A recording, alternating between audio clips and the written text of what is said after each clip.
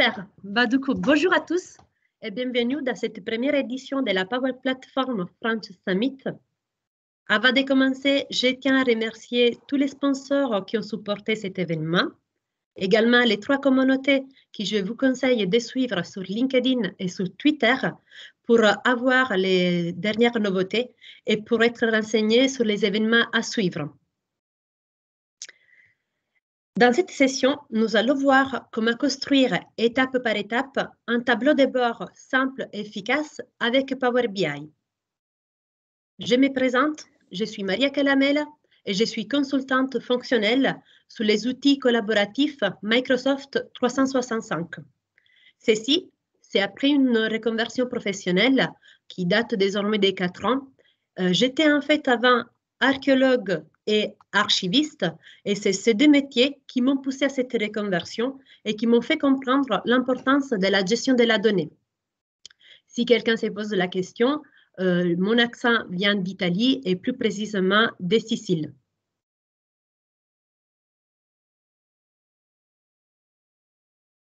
Avant de démarrer avec la démonstration, j'aimerais poser quelques questions. C'est des questions que je me suis posées avant de démarrer et de débuter avec Power BI.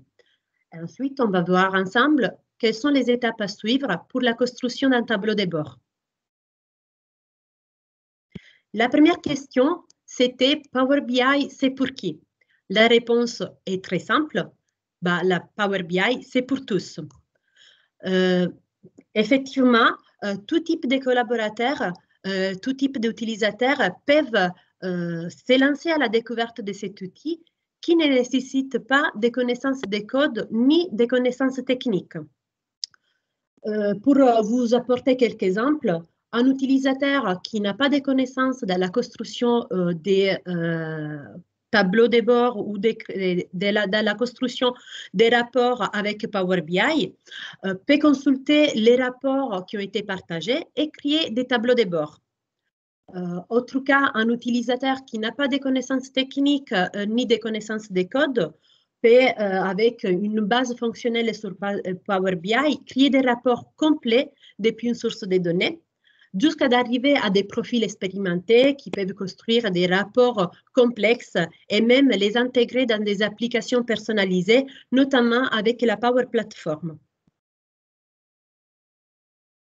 Ma deuxième question, c'était qu'est-ce que je vais utiliser, l'application bureau ou les services en ligne? Avec mon expérience personnelle, aujourd'hui, pour moi, l'application bureau est vraiment mon espace de travail. C'est là où j'ai construit mes rapports, où je transforme les données et ensuite je les partage dans les services en ligne. C'est plutôt l'interface où je peux consulter mes rapports et je peux partager les travaux. Bien évidemment, sur les services en ligne, on peut également obtenir des données et construire des rapports, mais les modifications sur les rapports sont assez plus simples par rapport à l'application bureau. Quelles sont les étapes à suivre pour la construction d'un tableau de bord? Dans un premier temps, on va se connecter du coup à notre application bureau et se connecter à une base de données. Si besoin, on va transformer et modéliser les données et ensuite, on va créer nos rapports avec les plusieurs visualisations qu'on a à disposition. Et dans un second temps, on va publier les rapports dans les services Power BI. On va créer nos rapports, nos tableaux de bord et on va partager les tableaux de bord avec nos équipes. Donc, on va passer à la démonstration, mais avant de se lancer, juste un petit point sur les contextes. Donc, dans ma société, les services RH a mis en place un référentiel des compétences par filière où chaque collaborateur est noté par les team managers avec une note D1 pour un profil débutant et 4 un profil expérimenté. Les services RH m'a donc sollicité pour mettre en place une solution pour avoir un suivi régulier des compétences, c'est-à-dire combien de compétences ont été notées, combien de collaborateurs ont été notés, quelle était la répartition des notes par compétences, etc. Donc, après avoir étudié plusieurs solutions et vu que je venais de me former sur Power BI, j'ai proposé comme solution Power BI qui a été validée par les services RH. Et à propos de cette démonstration, est destinée à un public débutant, donc qui a quand même quelques connaissances de base sur les représentations graphiques des données. Et avec la démonstration, je vais montrer avec ma vision des non-techniques qu'on peut répondre à ces besoins avec un résultat qui est rapide, mais surtout sans faire appel ni à des experts, ni à des développeurs. Donc, c'est parti avec la démo. Je vais lancer mon application Power BI et donc je vais récupérer les données depuis un Excel. Donc, je clique sur Excel. J'ai mon fichier qui est stocké dans un emplacement sur mon OneDrive et donc j'ouvre.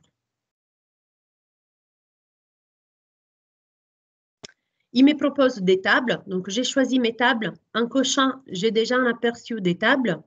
Donc, je vais choisir la liste des compétences et des notes. Et vous voyez, j'ai la possibilité de charger directement mes tables ou bien de transformer la donnée. En cliquant sur transformer la donnée, il y a l'éditeur des requêtes qui va s'afficher, qui me permet du coup d'effectuer des modifications sur les tables. Donc, vous voyez tout à haut dans les bandeaux, on a des modifications simples à faire, comme par exemple supprimer des lignes, changer les types des données. On peut également transformer la donnée, c'est-à-dire la transposer, invertir des lignes par exemple, ou bien ajouter des colonnes personnalisées avec des calculs ou des formules. Je vais regarder mes tables. Donc, j'ai une première table avec les référentiels des compétences. Donc, j'ai la liste des compétences et la filière qui correspond. Je me rends compte qu'il y a un problème de décalage avec les noms des colonnes, donc je vais les modifier. Je vais modifier aussi la filière. Donc, maintenant, j'ai juste besoin de supprimer la première ligne. Donc, je clique sur supprimer les lignes et j'ai choisi la ligne du haut. Donc, ma première table est déjà prête. Deuxième table, il n'y a pas de modifications à faire. Je vois bien qu'il y a les compétences notées, les notes associées, les collaborateurs, les managers, la filière d'appartenance et les agences. Donc, une des demandes qui m'a été posée par les services RH, c'était de pouvoir récupérer les compétences qui n'ont pas été notées. Donc, je n'ai pas dans mes tables cette information, mais je peux la récupérer en fusionnant les deux requêtes. Je vais dans les référentiels des compétences et donc je fusionne les requêtes. J'ai choisi compétences et compétences. Et vu que j'ai besoin de deux données, je vais choisir l'externe entière comme type de jointure. Vous voyez, ma colonne fusionnée a été créée. Ça suffit simplement maintenant de choisir la valeur. Donc, j'ai besoin des notes. Et donc, très bien, à chaque compétence, il y a la note correspondante et donc j'obtiens aussi les valeurs nulles pour toutes les compétences qui n'ont pas été notées. Je suis assez satisfaite de la transformation de mes données et donc je suis prête à me lancer à la création des rapports. Pour les faire, je ferme et j'applique mes modifications. Donc, les données vont être chargées dans l'application Power BI. Donc, quelques secondes pour les changements. Et à la fin du changement, je vois que mes tables seront chargées sous champ, tout à droite. Donc, très bien, je viens de voir que les tables s'affichent bien avec les champs à disposition. Vous voyez, à côté des champs, on a la liste des visualisations à disposition. Donc, on a plusieurs visualisations, plutôt des histogrammes. On a aussi des graphiques à secteurs, des cartes ou des tables simples. Et on peut aussi filtrer les données par visualisation ou pour l'ensemble des pages. Donc là, à gauche, j'ai un petit menu avec l'interface pour créer les rapports. les données, donc c'est mes données, et j'ai aussi un bouton modélisation qui permet de mettre en relation des tables. C'est une chose qu'on ne va pas faire pour cette démonstration. Donc, je reviens à la création des tables et maintenant, la première demande du service RH, c'était de pouvoir afficher combien de compétences ont été notées, combien de collaborateurs ont été notés et les numéros des compétences non notées. Donc, pour faire cela, on a besoin d'afficher un numéro unique et pour le faire, on va utiliser la visualisation carte. Donc, j'ai ma visualisation carte, ça suffit maintenant de paramétrer la valeur. Donc, vous voyez, je suis dans les champs et là, je vais choisir comme valeur les compétences. Je me rends compte que la compétence proposée, c'est la première compétence, mais moi, j'ai besoin du numéro des compétences notées, donc je vais changer la variable en cliquant sur la petite flèche. Je vais choisir le nombre des éléments distants. Et là, j'obtiens en fait le numéro des compétences notées. J'ai la possibilité pour chaque visuel de faire de la mise en forme via les boutons format. Pour cette démo, pour manque de temps, on ne va pas les faire. On va simplement modifier l'intitulé de la carte en double-cliquant sur les champs. Donc, on va juste noter compétences notées. Et c'est prêt. Donc, la deuxième donnée à afficher, c'était les numéros des collaborateurs notés. Donc, c'est la même chose. J'affiche la carte.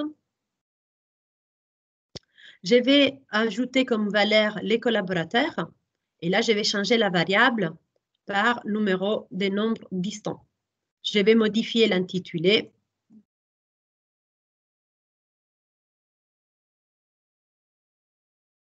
Et voilà.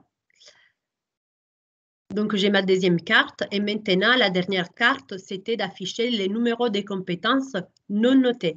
Donc, je vais toujours afficher une carte, mais cette fois, je vais choisir les compétences de ma liste où j'ai fusionné les colonnes. Pourquoi? Parce que du coup, j'ai l'information des compétences non notées. Donc, je vais changer la variable avec le numéro des nombres distants. Et là, je vois que j'ai l'ensemble des votes, des compétences. Donc, pour avoir l'information, j'ai besoin d'appliquer un filtre. Pour ceci, je vais glisser dans les champs filtres mes notes. Et donc là, je vais choisir un filtrage des bases. J'ai les notes à disposition et je coche les champs vides. J'obtiens comme ça les numéros des compétences non notées et je peux donc modifier mon intitulé.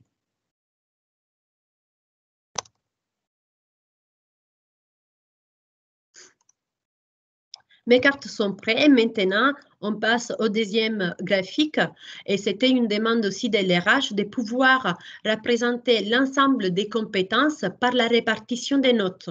Donc, pour faire ceci, je vais choisir un graphique à barre empilée qui me permet de représenter pour chaque barre une compétence et chaque barre est divisée par des secteurs qui correspondent aux notes. Donc, pour les paramétrer dans l'axe, c'est bien les compétences. Donc, pour permettre d'avoir une compétence par barre. Dans la légende, c'est mes notes. Et dans la valeur, c'est les notes avec les numéros. Donc là, mes proposées sommes, je vais changer la variable par nombre.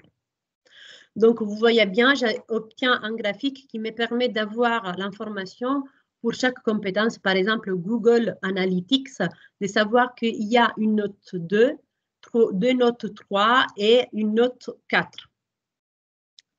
Autre demande de l'RH, c'était d'avoir un classement des notes de façon générale, c'est-à-dire savoir combien de notes 1 ont été données, combien de notes 2, 3 et 4 ont été données. Pour ceci, je vais choisir un histogramme simple qui me permet d'illustrer la distribution d'une variable à l'aide des barres. Donc, je vais les paramétrer et je vais du coup ajouter dans l'axe les notes et dans la valeur les notes données. Je vais vérifier qu'il y ait bien les nombres.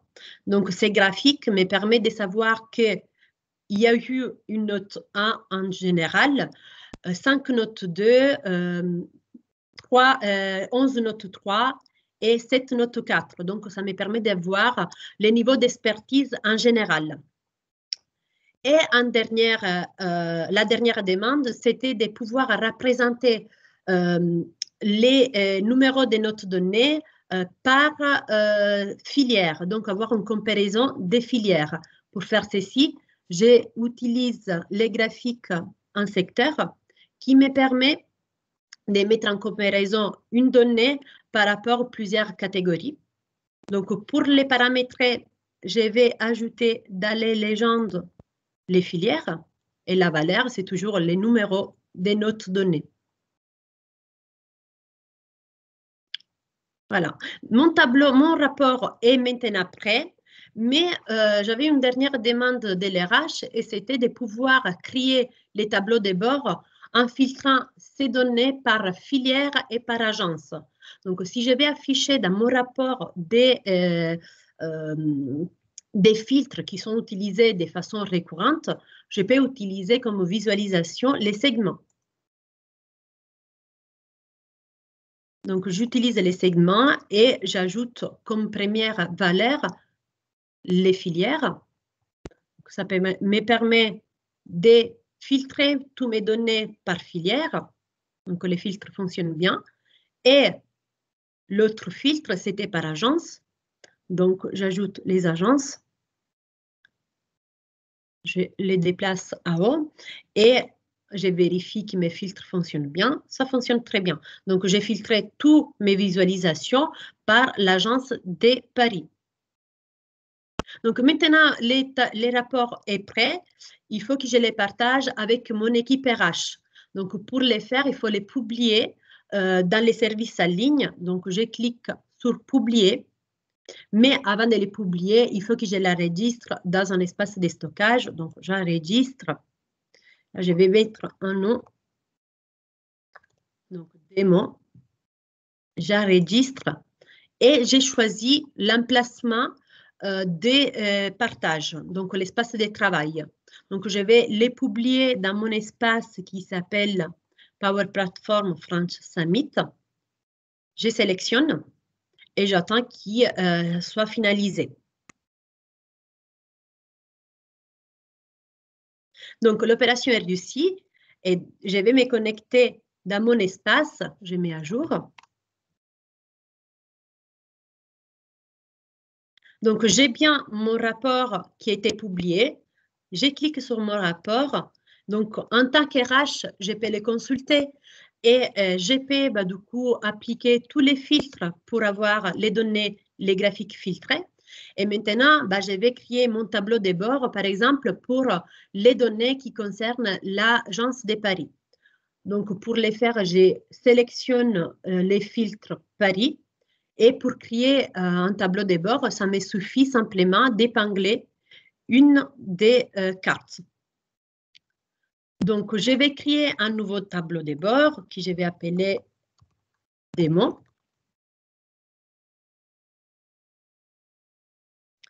Je peux accéder au tableau de bord et donc je vois ma première carte qui a été affichée. Vous voyez ça, c'est l'interface du tableau de bord.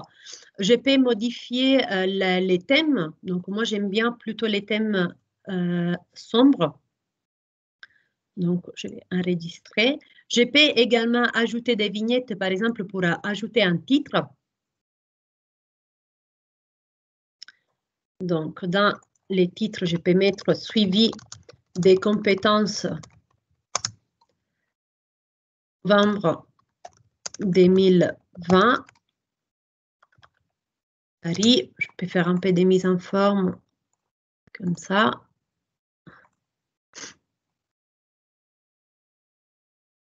Voilà, ma carte a été ajoutée et en fait, sur les tableaux de bord, les visualisations et les cartes, c'est vraiment des cartes qu'on peut déplacer. Donc, on peut les organiser comme on souhaite. Et en cliquant sur une des cartes, on revient à notre tableau de bord.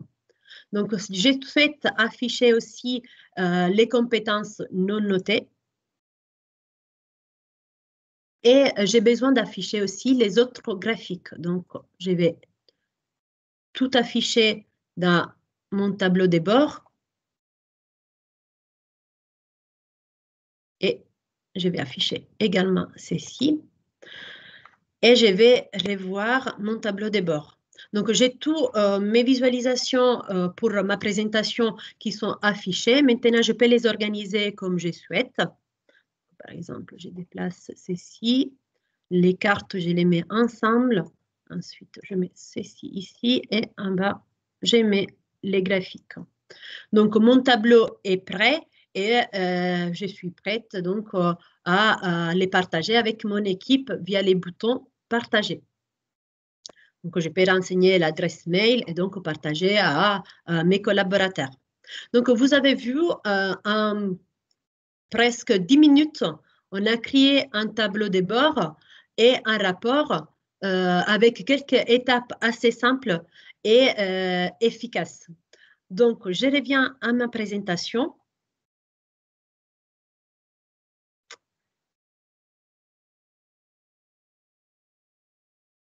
Donc, quelles sont les conclusions par rapport à mon approche, qui c'est vraiment une première approche avec Power BI?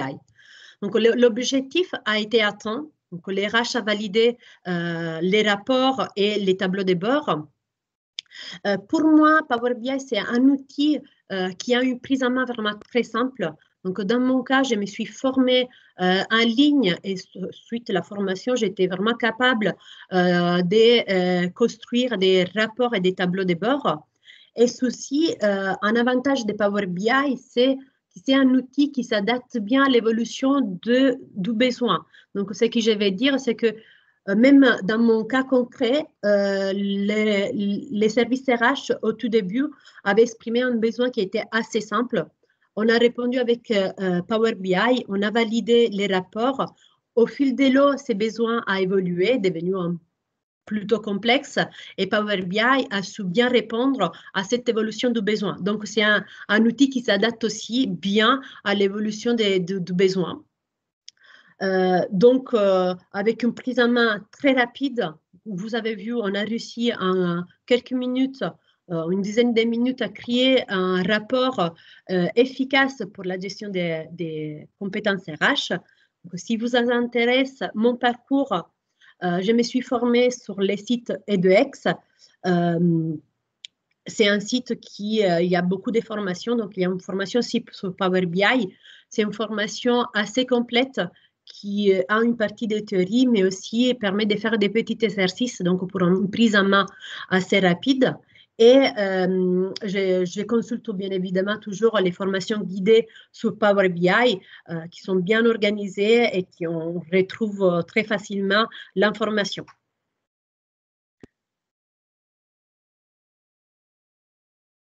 Donc voilà, je vous remercie pour votre attention.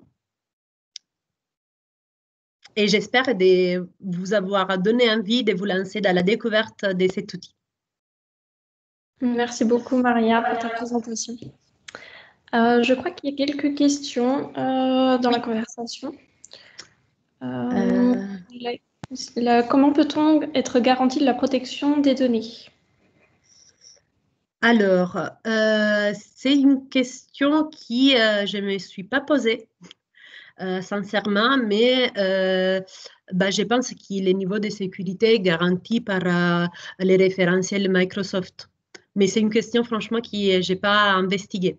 Comme je l'ai dit, je viens vraiment de me lancer sur ces produits. Je me suis formée pendant les premiers confinements et après les déconfinements, j'ai eu la demande de l'RH, donc je me suis lancée. Je suis toute nouvelle sur ces produits, mais c'est du coup un point qui je vais investiguer.